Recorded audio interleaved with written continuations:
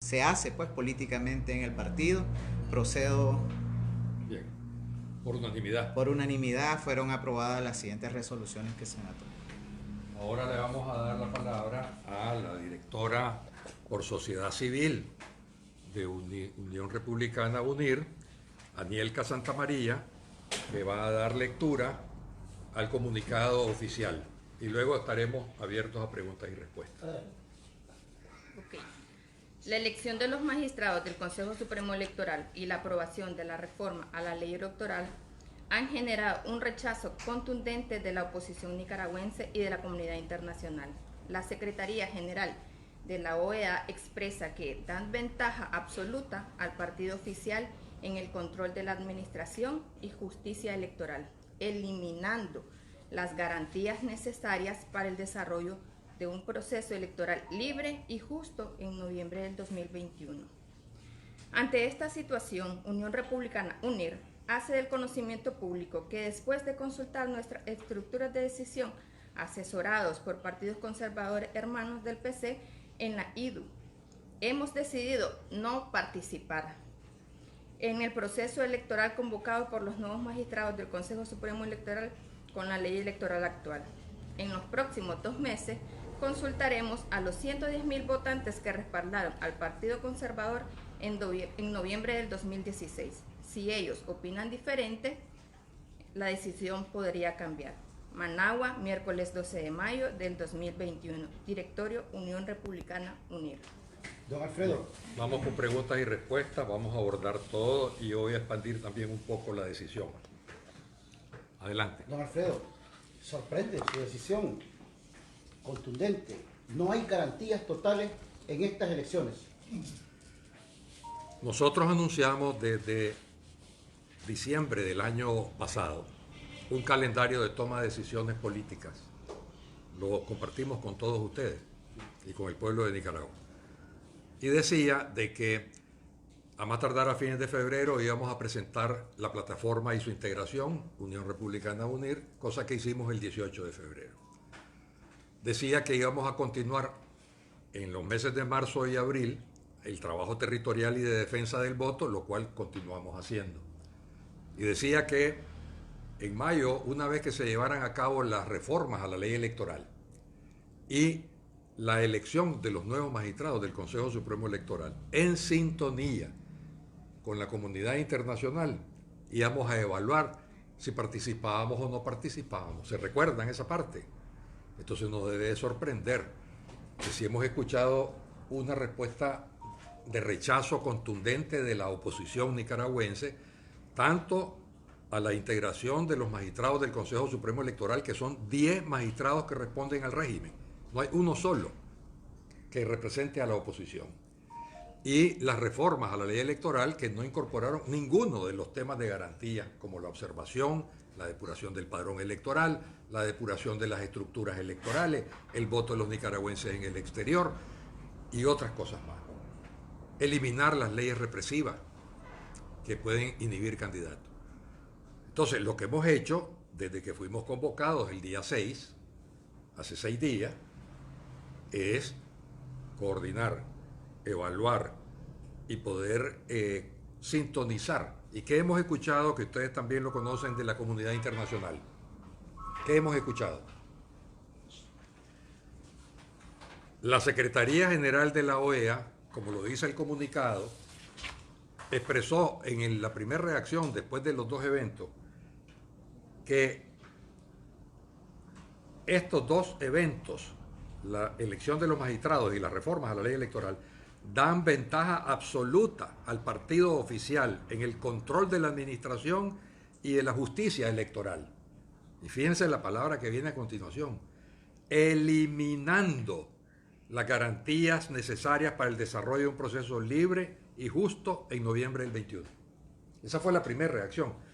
Hoy en la mañana hubo otra segunda reacción en la reunión del Consejo Permanente de Embajadores de la OEA. ¿Y qué dijo hoy el secretario general? Nicaragua se encamina al peor proceso electoral de su historia. Es decir, que el cuerpo que más conoce técnicamente, el cuerpo que firmó con el régimen un acuerdo de memorándum de entendimiento de 3 años, de febrero del 17, que expiró en febrero del 20, que estuvieron durante un año antes de la rebelión nacional, estudiando y haciendo trabajo con el gobierno, que conoce a fondo, pues, el funcionamiento del sistema. Ese cuerpo internacional te dice que están eliminadas todas las garantías y que se encamina al peor proceso electoral de Nicaragua. Segundo, ¿qué dice la Unión Europea? Que rechazan las dos cosas, la reforma y la integración del Consejo, porque no dan ninguna garantía. ¿Qué dice el gobierno de los Estados Unidos? Igual. ¿Qué dice incluso el gobierno de España, que es un gobierno de un partido socialista? El día de ayer, a través de su vicecancillera para América Latina, que no hay garantía para estas elecciones. Entonces nos debe sorprender que un partido opositor democrático coherente, como es el Partido Conservador, no se preste a legitimar un fraude que va en camino para el 7 de noviembre del 2021. Y esa es una decisión, como explicó el secretario político, unánime del Consejo Nacional, que es la máxima autoridad entre convención y convención. Don Alfredo, disculpe. Termíname solo diciéndole de que esto recoge, entonces, la decisión del directorio de unir con nuestros aliados, más lo de la casilla, más hacemos ver lo siguiente, ¿verdad?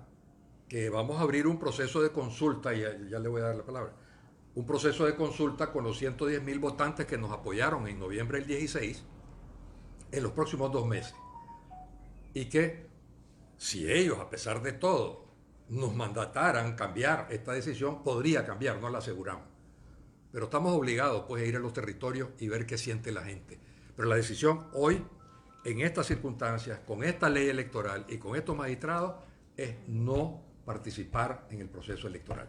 Don Alfredo, ¿no es una falta de seriedad el planteamiento que ustedes hacen? Hoy dicen no vamos a participar, pero vamos a ir a consultar a los territorios a ver que si esta decisión puede cambiar. Es decir, primero no pudieron haber consultado y luego tomar una decisión firme. La consulta se hizo al más alto nivel. No podés hacer una consulta territorial de todos los votantes, que son más de 100.000 personas, en este tiempo tan corto en que había que decidirse y pronunciarse. Y no es ninguna falta de seriedad, es realismo. Así operamos nosotros. Con firmeza hacemos esta decisión hoy, pero tenemos que tomar en consideración a nuestros votantes. Porque además hay otra cosa importante. Un partido, cuando no participa en una elección convocada, pierde la personería jurídica.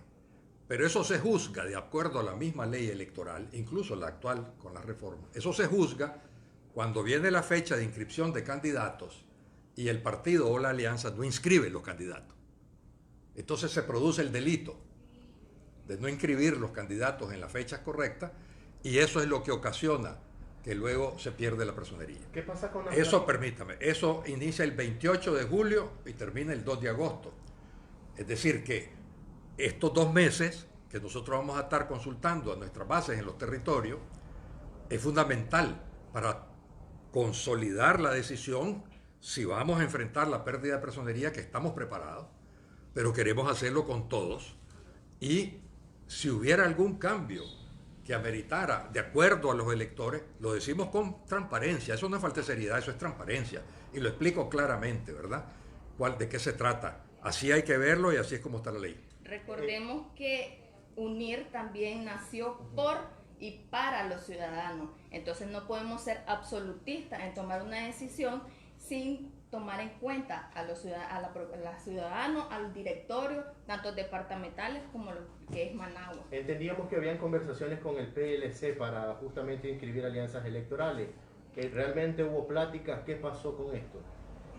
No hubo pláticas más allá de que siempre se mantiene una relación normal con todos los partidos políticos, pero no, llamémosle no negociaciones. Pues. No, nunca hubo negociaciones para concretar una alianza electoral. Señores, sumado a estas aseveraciones que ustedes han dado, justificaciones de por qué no participar en las elecciones, se podría también mencionar que tiene peso si ustedes lograron, es la pregunta, conseguir el apoyo o los resultados que esperaban con UNIR exactamente. ¿Hubo los resultados o es también esto tiene que ver muchísimo en cuanto a dejar de participar en las elecciones. Para nada, si me has hecho esa pregunta hace 15 días, nosotros estamos absolutamente listos con la estructura muy sólida, estamos muy satisfechos y prácticamente con todos los candidatos a diputados y 2 precandidatos a presidente listos a entrar en el proceso. Si el Frente Sandinista hubiera cumplido con hacer la integración de un Consejo Supremo Electoral plural, donde estuviera representada la oposición, y hubieran incorporado en las reformas a la ley electoral las demandas nacionales e internacionales para unas elecciones libres, justas y transparentes, hoy estaríamos confirmando plenamente que la próxima semana arrancaría ya el proceso público de los candidatos, porque así lo dijimos. Primero, con gran seriedad, vamos a evaluar la situación. Si se confirma que vamos entonces al proceso de selección de candidatos, no antes, ¿verdad? ¿Quiénes eran sus 2 candidatos? No, ¿Y porque, qué ha pasado con la diputada Wendy? Por supuesto que no vamos a revelar los nombres de los precandidatos que ni siquiera van a entrar ahorita a un proceso, porque estamos diciendo que no vamos a participar. Lo del proceso disciplinario ya concluyó el conocimiento de todo y no hay nada más que agregar. Las condiciones electorales comparadas a las del 2016 no marcan la gran diferencia, son similares y todos los que participaron en el 2016 hablaban de fraude, de que no habían condiciones en ese momento, y es casi similar. Se habla de que igual que no hay condiciones, se habla de que entonces estás apoyando un fraude y de que sos un zancudo, un satélite del fraude. A pesar de eso, de esas condiciones que eran contrarias para participar en el proceso electoral pasado, el Partido Conservador participó. Si participó en ese momento, no es tan diferente al actual, ¿cuál es la diferencia? Porque bueno, creo que los partidos siempre tienen miedo de perder su personalidad, al fin y al cabo. Creo que es una apreciación errada la suya. Y no la digo yo, la dice el secretario general de la OEA. ¿Cree que usted sabe más que él sobre procesos electorales en Nicaragua? No creo. Pero seamos serios, pues. ¿Y qué dice el secretario general? Se encamina al peor proceso electoral de la historia. Entonces no es comparable con el 2016. Y él sabe lo que está hablando del 2016, claramente. Y segundo, las condiciones del país han cambiado drásticamente. ¿Acaso había pasado la rebelión nacional de abril del 18? No. ¿Acaso no estaba plenamente vigente el acuerdo entre el empresariado nacional y el régimen? Sí estaba plenamente vigente. Ahora no hay ni acuerdo. El país ha pasado por un trauma social, político, económico y además la pandemia. A raíz de la rebelión del 18, creo que son cambios dramáticos con respecto al 2016, tanto en la apreciación técnico-electoral, que la OEA es la que más conoce, están mucho más deterioradas estas condiciones que las del 2016, para que sepamos, y tanto en el entorno nacional.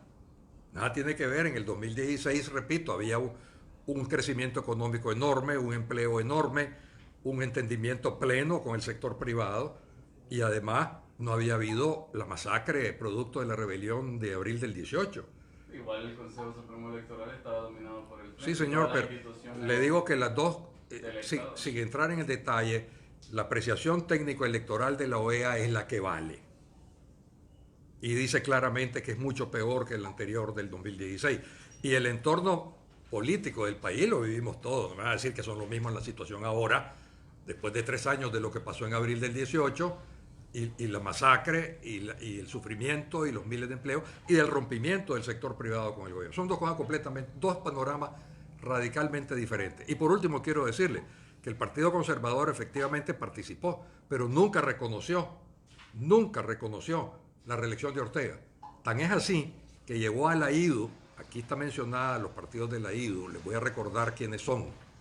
Son 82 partidos conservadores de América, Europa, Asia y África, entre los cuales gobiernan Gran Bretaña, Alemania, Noruega, Austria, Brasil, Colombia, Uruguay, Paraguay, Chile, pronto en unos días Ecuador, más el Partido Republicano de Estados Unidos. Esos son nuestros partidos hermanos.